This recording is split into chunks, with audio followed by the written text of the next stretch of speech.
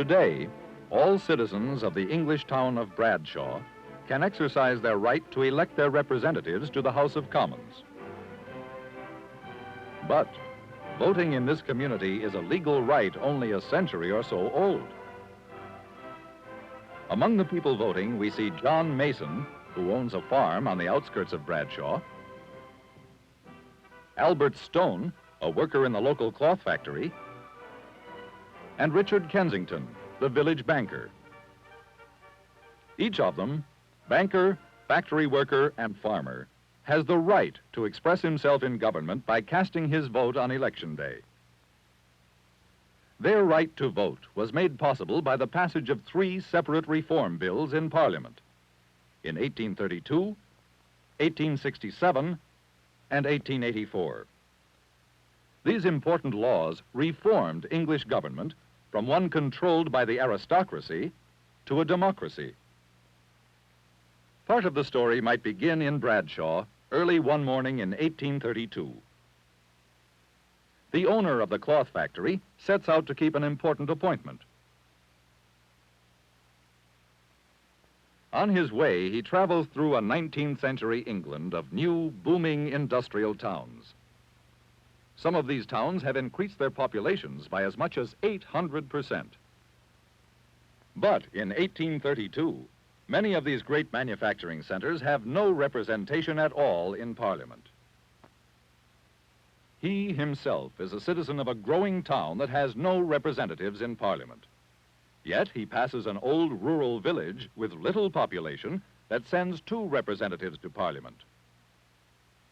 There are about 100 villages like this, called rotten boroughs, represented in Parliament. Can such inequalities be remedied now in 1832?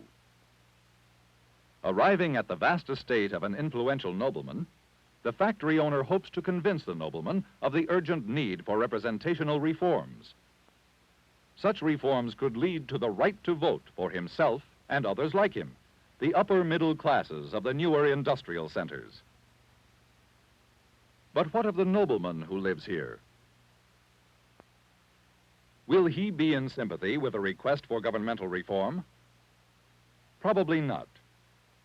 As a member of the nobility, he sits in Parliament, in the House of Lords. In addition, he and others like him can control the election of men who sit in the House of Commons. Men like this wealthy director of the powerful British East India Company, who has come to talk about the nobleman's financial affairs. Such men sitting in the House of Commons completely agree with most of the nobility that English government should be controlled by hereditary landowners and persons of wealth. The factory owner has come to discuss a different viewpoint. He has brought evidence to show the need for reforming representation in Parliament. Much of his evidence is based upon a political map of England. Small squares show English electoral divisions called boroughs. These boroughs had been created mainly in the late Middle Ages, when population was located mostly in rural areas. But in 1832, about 3/5 of the population has begun to shift away from the established boroughs toward newer centers of industry. Many of these industrial centers are not boroughs, and so have no representation in Parliament. This means only 1 out of 10 Englishmen has the privilege of voting. Each voter must meet certain money and property requirements and reside in an established borough. The position of the nobleman is that English political structure cannot be immediately changed. The factory owner agrees that representational changes may take time, but he fears that if such changes are not forthcoming, England will see the same kind of revolution that overthrew the government of France in 1789. Englishmen do not want reform through violence. Many believe that lasting reform can be accomplished only through legislation. The main reforms urgently needed are simple. Reallocate the boroughs of England. Establish new boroughs in the heavily populated industrial areas. and change the property requirements for voting. Under this plan, 1 out of every 6 Englishmen will have the right to vote.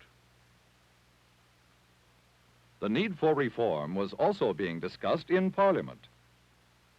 Most noblemen sitting in the House of Lords opposed any political reform whatsoever.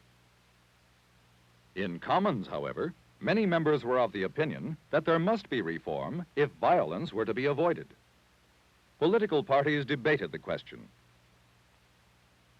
The Duke of Wellington headed the Tory party, which was against any kind of reform. Lord Grey headed the Whig party, which generally favored governmental reforms. Under Lord Grey's guidance, Parliament in 1832 passed the first Reform Bill, a most important step toward democracy. The bill lowered the property requirements and provided that about 2/3 of the rotten boroughs were to be abolished, while the others were deprived of 1 representative each. 143 available seats in Commons were redistributed among the new industrial centers. Thus, in industrial centers such as Bradshaw, members of the upper middle class, like this factory owner, could vote for representatives to the House of Commons. But English laborers, too, wanted the right to vote. Working men like these had helped to make England the industrial giant of Europe. Manufactured goods poured from factories and natural resources from mines. But the British laborer had little share in this new wealth. Often in dirty and disease-breeding surroundings, British laborers worked long hours for starvation wages. Many workers had to send their wives and even their children to work 16-hour days to keep from starving. Such suffering, especially by children, helped bring about, in the mid-19th century, further reforms. Slowly, sanitary and working conditions in English factories were improved through legislation.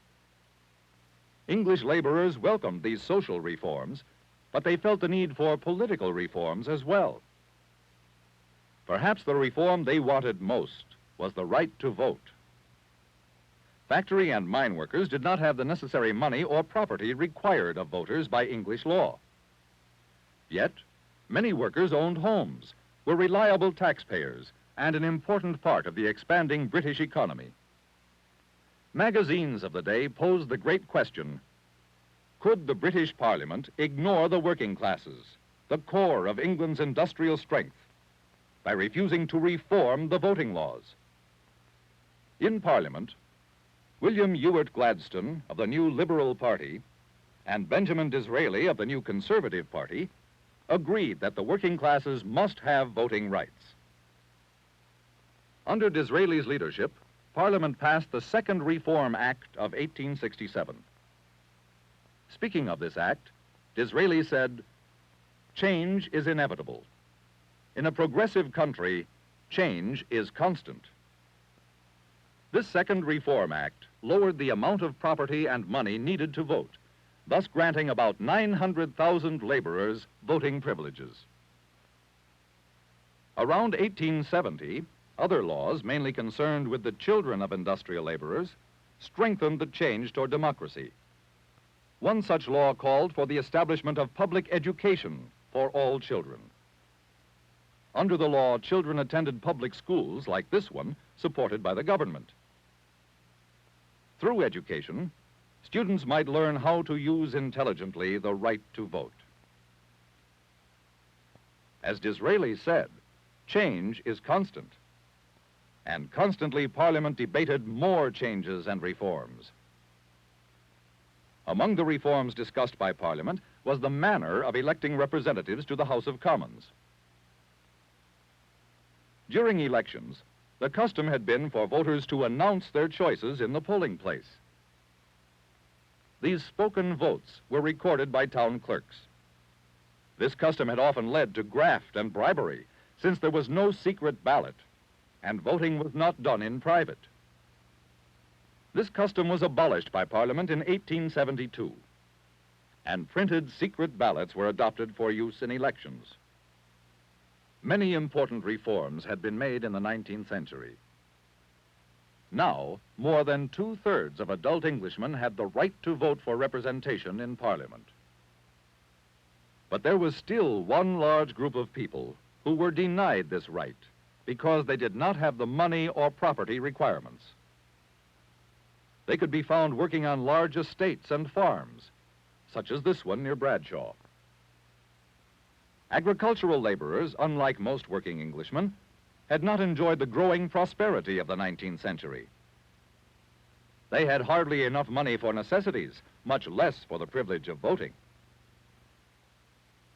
But if England were to become a true democracy, with all Englishmen sharing in the selection and policies of the government, then agricultural laborers too must be given the right to vote.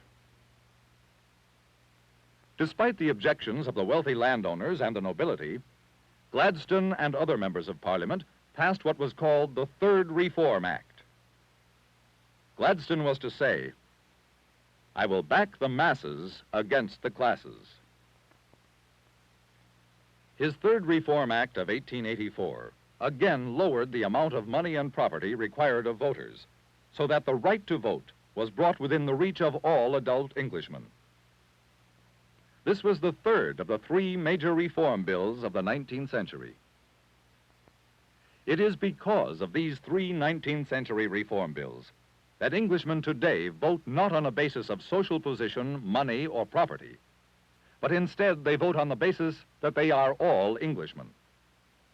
That is why we find voting in modern Bradshaw such men as John Mason, farmer, Albert Stone, factory worker, and Richard Kensington, banker.